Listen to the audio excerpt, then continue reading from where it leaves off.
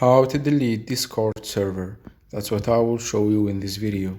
But before we begin, make sure to subscribe to the channel and ring the bell to get notified whenever a new video is uploaded. With that said, let's get started. So go ahead and open up Discord.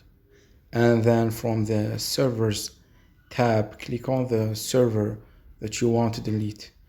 Once you do that, click on the three dots at the top right corner and then click on settings.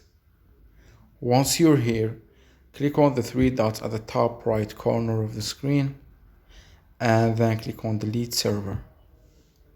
A pop-up window will appear that asks you, are you sure you want to delete this server? And this action cannot be undone.